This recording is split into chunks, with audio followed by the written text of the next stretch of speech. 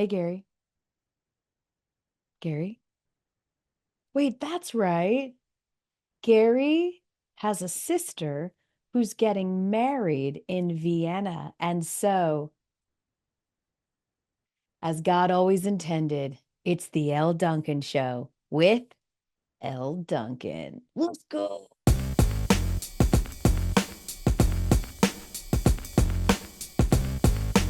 Hey, you guys, welcome to the Elle Duncan show. No Gary, no witty retort, no quip, none of that. He decided that it was more important that he go see his sister get married in Vienna than to do this podcast. It's fine. That's why he'll never have his name in the title ever. But we are not lacking in guests today. We're going to be joined by comedian and actress and noted SEC fan, Ole Miss, but nonetheless, Heather McMahan, who is an absolute riot. We'll talk with her about what's going on in college football. And of course, we're going to talk a little WNBA because I got to tell you, at the WNBA countdown on Sunday from Barclays, and it was everything that I hoped and believed that it would be, down to the swag surfing and the DJ and the in-arena host. And it was incredible as we saw game two after game one.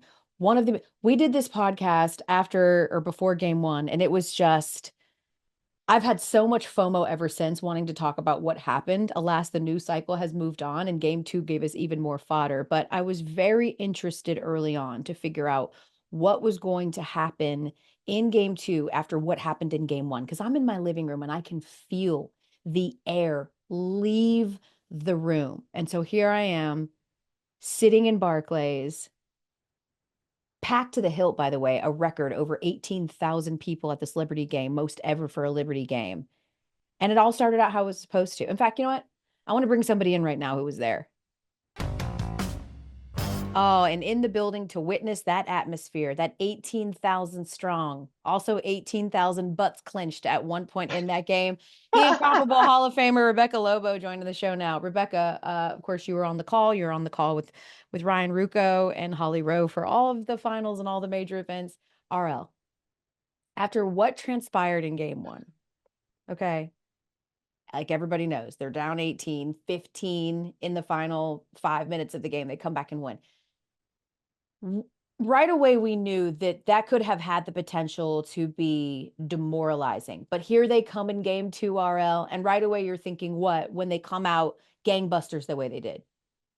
I thought, all right, this is exactly the kind of response you needed because even when I was watching their practice the day before, when I was watching on Saturday, Minnesota was so loose, focused, but so loose. And New York came in and you could just sense sort of what they had experienced in game one. There was a little bit more of a heaviness to them. So you're thinking, all right, they came out, they get this big lead. This is the start that they wanted. And then And that's the then. We're all sitting there, and when I mentioned butts tight, it's so unlikely. And we ran through that in WNBA Countdown before the game, Rebecca, just all of the unlikely events that happened that led to the Lynx stealing or the Liberty giving away game one, right? And all of these things, that Courtney Williams doing something that's like never been done in a WNBA game in the last 10 seconds of a game, and Stewie missing a free throw. She's an 87% shooter, and Stewie missing a bunny. Like she's like almost 80% from the restricted area this year. All of these things that happen. And then it starts to happen again. And the Lynx, who were in game two at one point down as many as 17, not quite 18, but 17, all of a sudden start coming back, and we have a 2-point game in the fourth quarter. And you're thinking, what?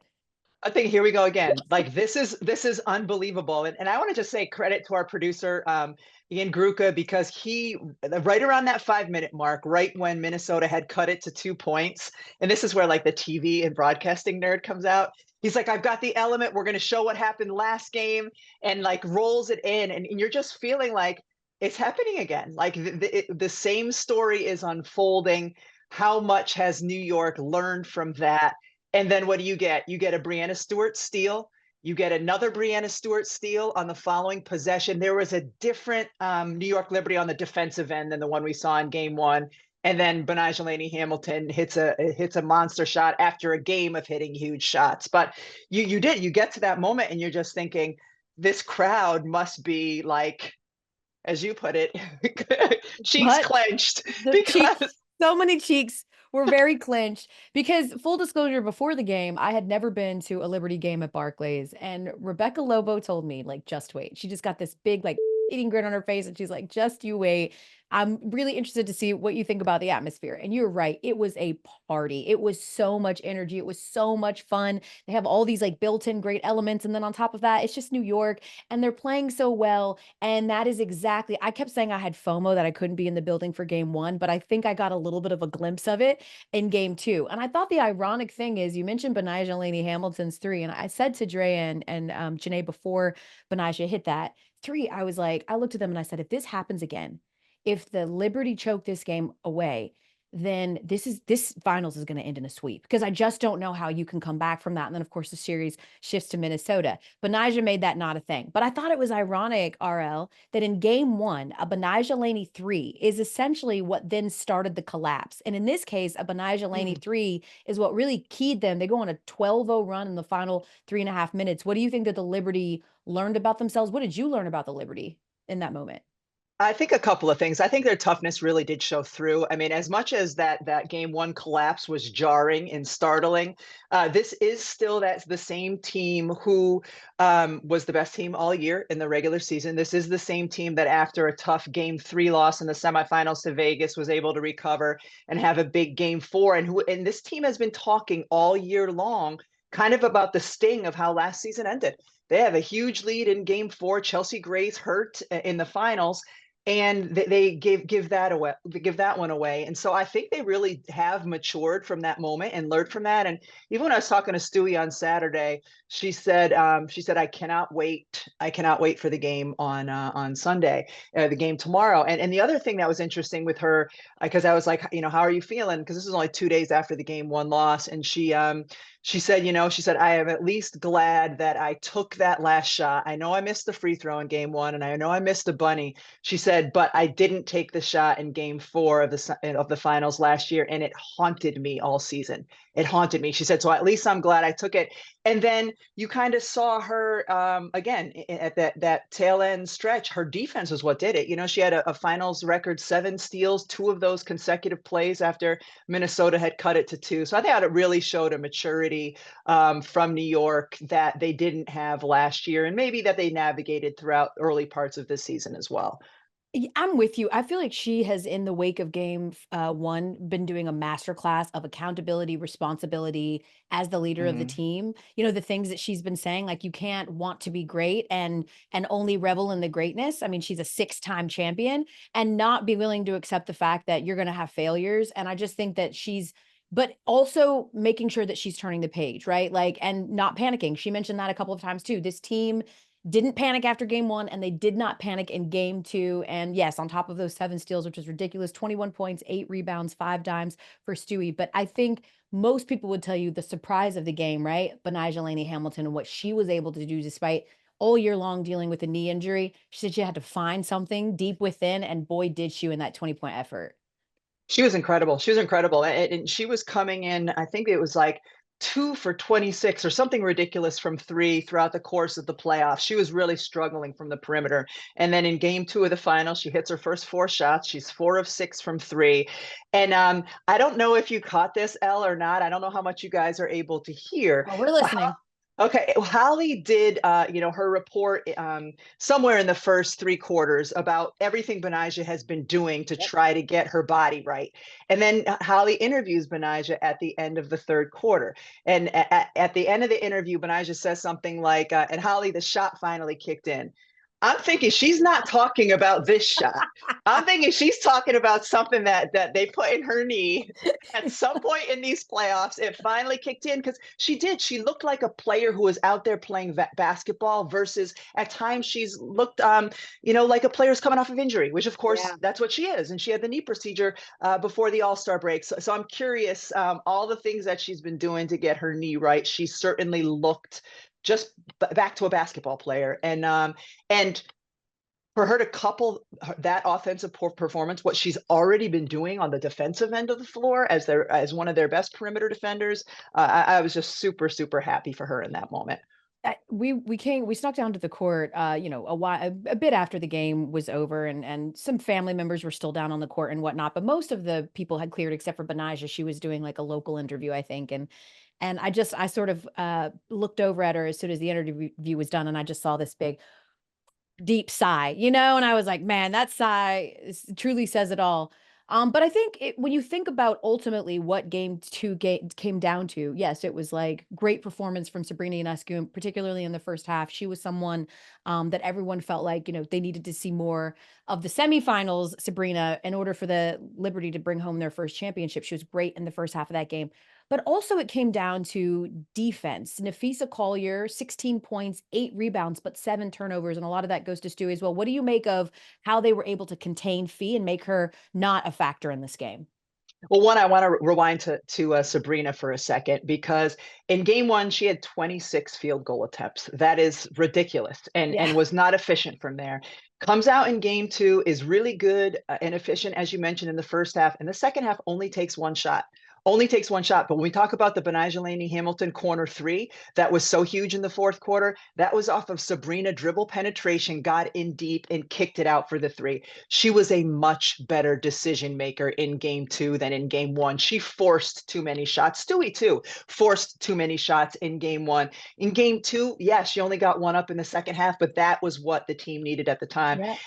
Yeah. Their defense was on point, and we saw Minnesota again in the fourth quarter kind of go with their not their super small lineup, but their small-ish lineup when they have both Natisha Heidemann and Courtney Williams in at the same time. And Show Reeve said we could not get our offensive sets flowing. They needed two ball handlers out there to see if they could just break people down and find openings. And I thought New York's defense was tremendous. They did a really nice job, whether they were strict switching or staying with their players.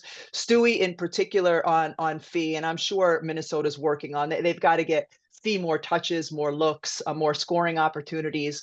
But yeah, New York's been a solid defensive team for most of the season. And it really certainly shown through. And I think especially again we go back to those last few minutes, because sometimes your well's going to go dry a little bit on the offensive end, but they made sure that didn't result in a collapse overall in the game. Yeah, ultimately, if you didn't watch the game and you looked at the box score, you're like, oh, the Liberty blew them out. But that's not the case at all. Again, a lot of that separation happening in those final few minutes when they went on that 12-0 run. I think, what is it, RL? Maybe the last 6, 7 teams that have won game one of the W finals have gone on to win the championship. Does that hold up here? Jeez, I don't know. I don't know. Like, what I want selfishly is to get it to a game five. Yeah. This finals, and the last bunch of years have been great finals, but these first two games have had everything. They've had the drama, the stories, the personalities, the crowd. I think the crowd's going to be phenomenal in Minnesota. I wouldn't be shocked if they split in Minnesota and then you bring it back to Barclays and see what happens. But yeah, that was a super interesting stat. I will have to look too, because I haven't looked at the breakdown of how many of those game ones were teams at home. Mhm. Because was New York one of the rare teams when you lose that game one that they did it at home. But yeah, I don't know. I don't know. I think for sure that we got the two best teams in these finals. And while Minnesota was flying under the radar a lot throughout the course of the season, they're really, really good. They really are. One last question for you before I let you go, because I know you got to pack and be on your way to Minnesota as game three is on Wednesday night. I'm going to ask you something that I have been at. Maybe you've been asked this a ton too, especially over the last couple of weeks. I'll ask you because you're an OG in this space. And I'm going to say it in the same way everyone keeps saying it to me. Oh no, I'm worried.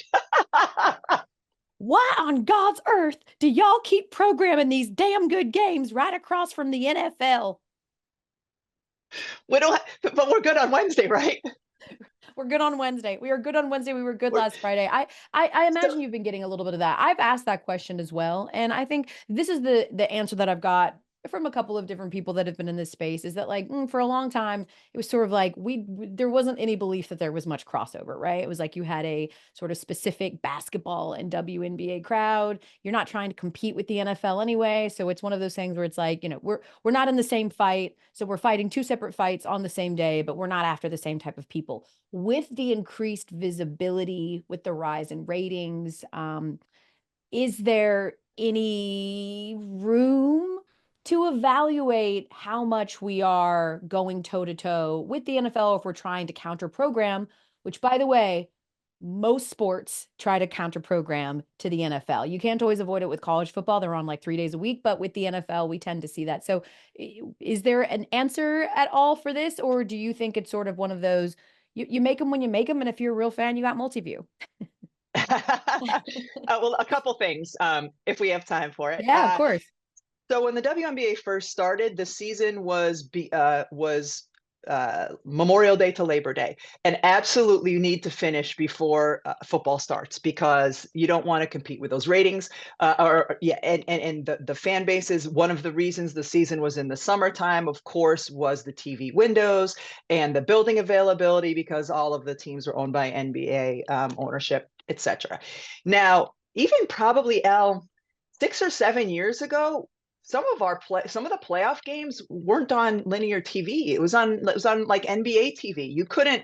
ESPN didn't have them. Other networks didn't have them. Like there were years, and maybe this is more like a decade ago, where there would be this epic Game 3 between Minnesota and Phoenix.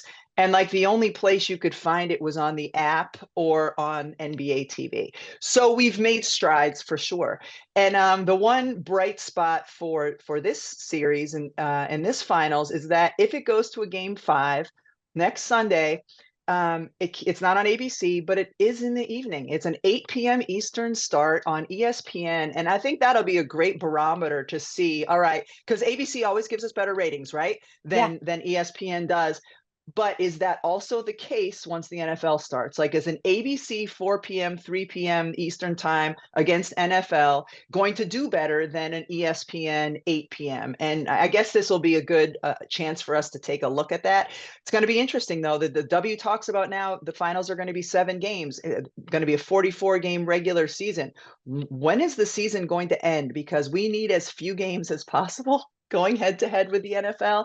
And maybe that just means not on Sunday. Although the unfortunate thing, that's our only ABC window. So, but I agree with you. It's pretty impressive. The numbers we've gotten this year on their own. It's even more impressive when you recognize that many of those were going head to head against the NFL.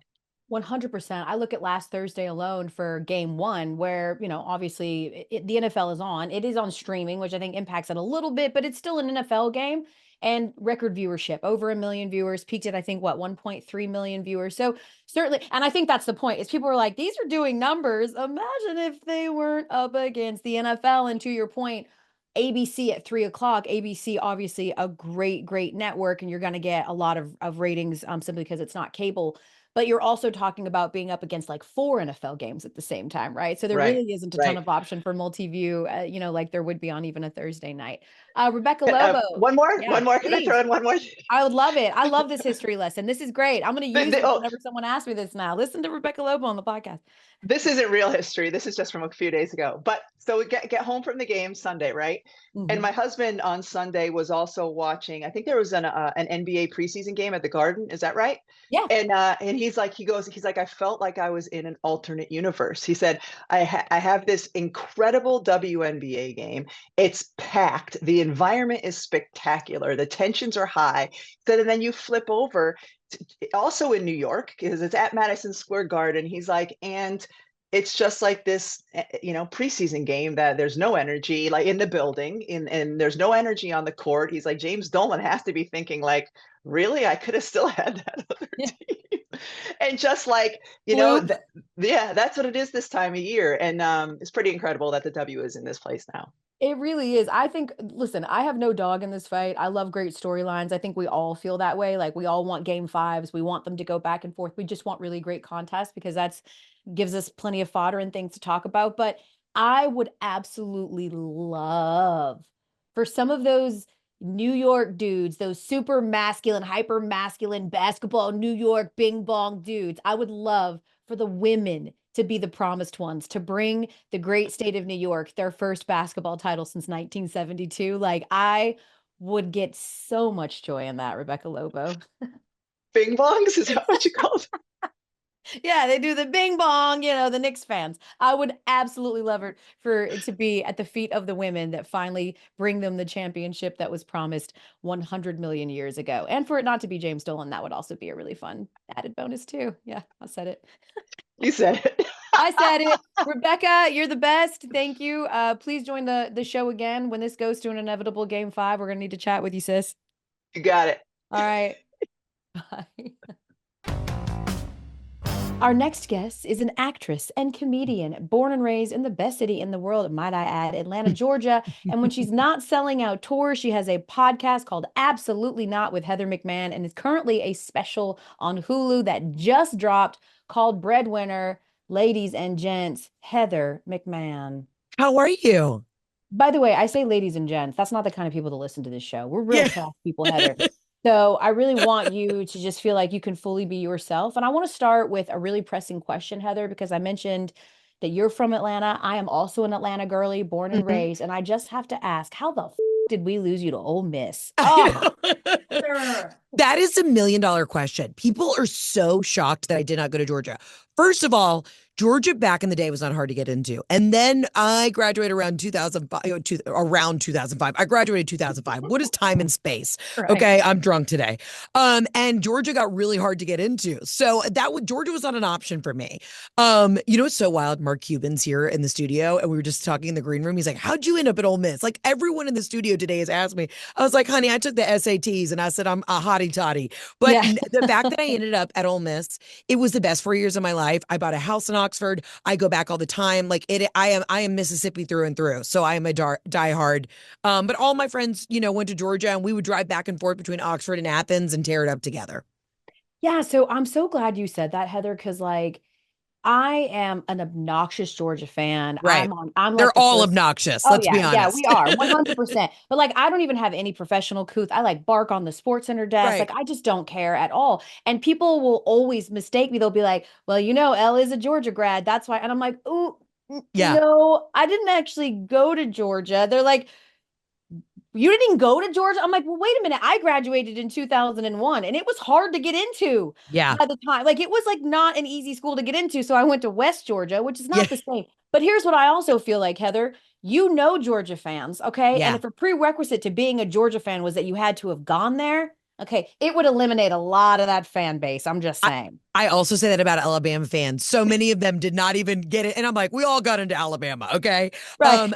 Here's what's so funny. I always said that like Georgia fans and Ole Miss fans to me are like the classiest people in the SEC. And then last year, I went and did a little spot on game day and was in Athens for the Ole Miss game. And the amount of grown men that barked at me in person, I was like, whoa, whoa, whoa, no, no, no. I thought we were just like friendly, like it's a friendly competition. Obviously, Ole Miss is going to like win this game. But it was wild how many grown men were like would get right behind my neck and growl and bark. And I was like, what is happening? I thought Yeah. we were friends. Yeah, it's really unsettling and off-putting. And it's one of those situations where you're like, I'm really glad that I am of you because I Yes. probably would hate you if I was not. Okay, well then who do you actively sports hate in the SEC? Because for me, it's Alabama, right? Alabama too, and Ole Okay, Miss good. hasn't played Alabama in a hot second, and it's Yeah. not on our calendar this year. But Alabama fans, out of all of the SEC fans, are the absolute most obnoxious. I mean, it's Roll Tide everywhere, and I'm like, y'all went to the community college down the street. Like, what are we talking about? Right. You definitely did not go here. It's the only place, Heather, that I've been, and I've been to all kinds of college campuses. It's Right. the only place that I've been where somebody, when I was having dinner, with friends Yeah. in Tuscaloosa, off air, we're not, and I'm just quietly having dinner by myself. I'm not wearing Georgia colors. I'm not doing anything to elicit you coming over. It's the only place I've been where grown men, and I'm talking about grandpas with their little grandkids running around, come over and confront me and are like, I don't like what you said about. I'm like, oh my God, you guys have to have a thicker skin with all of these Yeah. championships. It's not my favorite. It's not my favorite at all. Oh, So I'm the amount of grown men that sent me threats after I made a joke about Alabama on game day last year. I was like, you guys, I am a comic. Relax. correct. And I'm friends with the Sabins. I'm obsessed with Nick and Miss Terry, and I love their daughter Kristen. So I'm kind of like, yo, absolutely relax. Like this is my job, is to make jokes. But yeah, the Alabama fans are completely unhinged. And, I like to see them get humbled every now and then. So I was very pleased at the outcome of the Vanderbilt game. Girl, when I tell you I'm married to a Commodore and Yeah, he only comes alive during baseball season, of honestly, right? Like course. there's no they're not a real team in the SEC in many ways. And so when they beat Alabama, it gave me so much secondhand joy. Of course, we were just coming Yeah. off the game where they had embarrassed Georgia, and so then they get embarrassed, the ultimate embarrassed. I mean, like that is the quintessential example of like a pity lay. Losing to Vanderbilt is Yeah. just completely unacceptable in football. And then they turn around last week and they almost lose to South Carolina. I gotta be honest, I was loving that too. I was eating it up. I mean, as an Ole Miss fan, we always get this close and then Yeah. we're just sweating. I mean, the LSU game this past weekend just honestly, it made me cry. I was in the fetal position. But just I get such a joy out of watching Alabama lose. And I think everybody does. They also were just such pains in the for so long. Yes. Yeah. And so it's just nice to see it get it taken down a notch. I agree with you. I think it's a great compliment when everyone hates you. I Yeah, used to cover the Patriots in Boston, and I'm like, people don't hate on a team that doesn't win all the time. People hate you right, because you always win. So right. consider it a compliment. I told Nick Saban the same Amen. thing when he retired. I was like, Nick, my producer announced in my ear right before we were about to start the show that you were retiring, and I dropped to my knees in a dress, Right, by the way, which was gross. And right. I thanked God that Yeah. you were leaving. And he just started laughing. I was like, and that is the best compliment I can pay you is that it was the greatest thing to ever happen to me that you decided to leave. Amen. Yeah, goodbye. Like, go retire, go to the lake house, go relax. You've done enough, but now it's time. I was completely shocked when he decided to announce that he was leaving, but I'm like, good for him. He is thriving in this next chapter of his life. I'm obsessed with him. I'm obsessed with his wife. Just the whole culture is so fascinating to me, and I'm happy for this next venture for him. Yeah, the man is a walking soundbite too. He always Yeah, has so many great pearls of wisdom, and his next life as a media member has been really, really great. But did I hear this right? Are you a Falcons fan, Heather? I am. I mean, I'm born and Okay. raised Atlanta. I'm a Yeah. Falcons fan. How are You you know, feeling? I'm feeling good. I feel like we're hitting our stride. I went to the Falcons Chiefs game and that was wild. I mean, I thought we had it there for a second, but here's the thing. Being just in general, a Georgia sports fan, period. Like the Braves, the Falcons, we're always fighting for our lives Yeah. and we always get very close. I mean, remember the Super Bowl like a couple years ago? Forget it. That was that didn't go great for us. But I've always been a diehard Falcons fan and I am rooting for them no matter what. I'm with you. I think, Kirk Cousins, he Mhm. needs to continue to progress in his learning of the swag surf, which is Yeah. integral to being able to really ingratiate yourself to an Atlanta crowd. But they finally have some hope on their side and they need Yeah. it. 28-3. I'm actually a Broncos fan. My family's from Denver Mhm. and moved to Atlanta and had me, but I'm married to a Falcons fan, and it's been tough for him. I have Yeah. to ask you this because you are obviously a big sports fan, and I'm amazed at how low sports has really gone, Heather. We have Uh, slapping contests that they call sports now. We actually recently discovered they do like a kicking contest in the Philippines or something, which is now considered sports. Wait, Yeah, what? yeah, it's a sport, and you just see how hard you can kick someone right in. In the Yeah, and then Okay. yeah, and if they collapse, I guess you win. Or I don't know if years from now they check back in to see if that person was able to have children or not, and that's how you win. Oh my But God. if you could create a sport in your image, what would it look like? Oh, a sport in my image. Well, let me tell you real quick. I saw this thing where it's like phone booth fighting, where two grown men turn around a phone booth and then they have it in a car. I don't understand. I'll just tell you this right now. I don't understand like the UFC, the cage fighting in the octagon. I don't get it. I know, like, yeah, I'm a woman talking about it, but I'm like, why am I also watching two women in an octagon just covered in blood? Yeah, Like we're barbarians. yeah. What would be my sport? Hmm. Okay, I'll tell you what. You go to a Nordstrom rack, okay? You have 10 minutes to find a size 11 pair of Tory Burch last season flats. You give me, actually, I could probably do it in 90 seconds, and I will find you a discounted pair of designer shoes. That's my sport. That is Mhm. a real skill because that That is is a almost skill. impossible. You can't do in 10 minutes at a Nordstrom rack. That's incredible. You can't. And here's the thing. I'm always in the back fighting with the other drag queens because I have such an enormous foot. So me and the gals, we're all fighting for the same pair of heels. So that would be it. It's myself and drag queens fighting for the last pair of size 11 heels. Oh my God, that is great. Yeah. It's a contact sport. It gets Yeah. combat in there, fashion. Yes. You've hit every single Everything, metric. drag beat, all of it. It's so good. Exactly. I wanted to ask you this on a personal level as someone who is also very open about my life and the Yeah. things that are in my life. I think transparency is really important. I think that's part of why people love you so much. You're so authentic. You talk about real life situations in your comedy, but how do you navigate that without pissing everybody in your life off? Well, it's interesting. I do have to have these conversations. Like my whole new special is called Breadwinner. And, just in the title alone, you're like, okay, she's doing well. And I remember the first time I did this show, because, I'm roasting my husband about things that, mishaps that we had on the honeymoon and what it's like to now make more money. And I remember walking off stage the first time and I was like, he's either going to love it or hand me divorce papers. And he's like, Heather, you could have gone harder. And I was like, I could have. That was already pretty hard. But, male comedians get to say whatever they want and nobody questions it. And so I think it's such a double standard where it's like, oh, because women are now like saying how, about our families or talking about the things that we feel about, like, get out of here. The guys get up there and they about their wives and their kids and no one second guesses them. They give them a freaking Peabody Award. So, I always try and check in with the fam, but also like, great if Jeff's getting to like go play golf and like go on trips and enjoy the fruits of the labor. I'm like, let me tell some jokes about roasting you.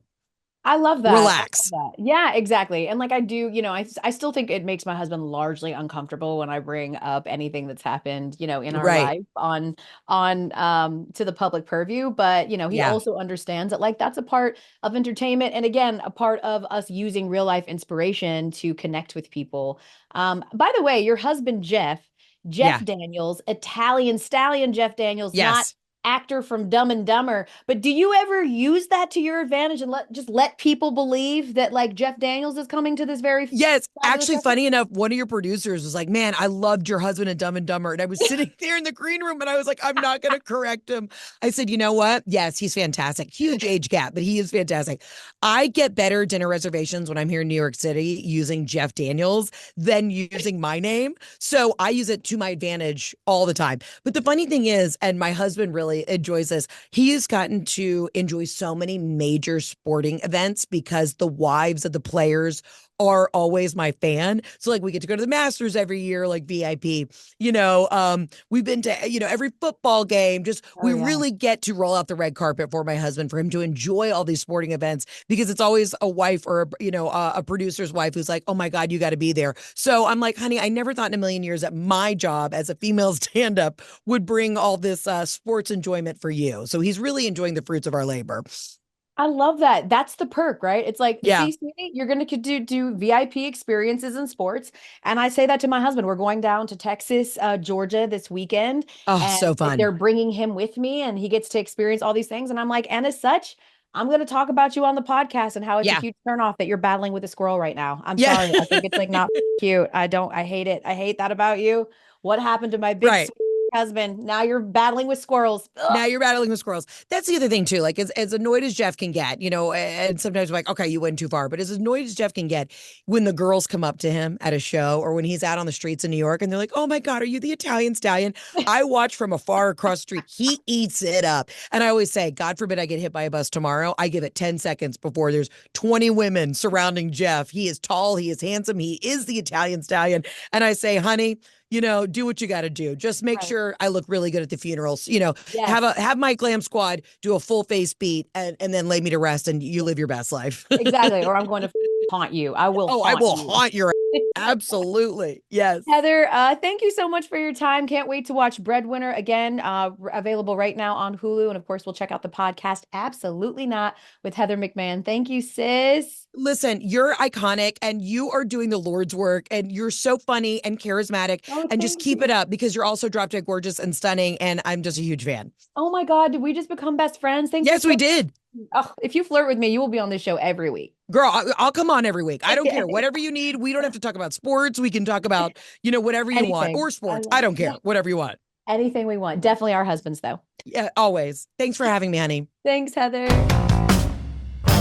All right, we wrap this thing up thanking our amazing guests, Rebecca Lobo and Heather McMahan. And I gotta be honest, I kind of like this, like, get to say whatever I want. I get to do whatever I want. There's not Gary throwing me off with his ADD tours or just trying to be handsome for handsome sakes, winking into the camera. I'm kind of feeling this.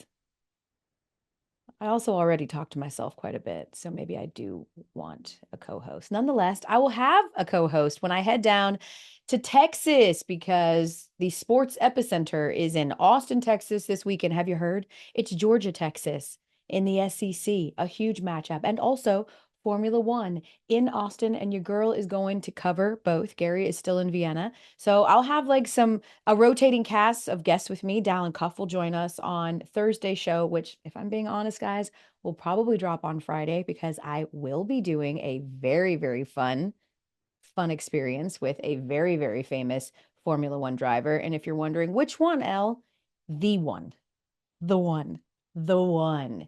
And also, I'll be hanging out with Christine Williamson, and we'll be going around talking with celebrities, doing all of the antics, for sure spotting 1 million mullets because it's not only Austin, but it's also hipstery. And we'll bring all of that to you this weekend on a show that will drop on Sunday. So plan on it, okay? You can't be there in Austin because you don't want to pay $3,000 for a 1-bedroom Airbnb. We got your back. The Elle Duncan Show will be there. So remember to rate, review, and subscribe so whenever the episodes drop, you'll have them at your doorstep. Okay, great. Thanks. Bye.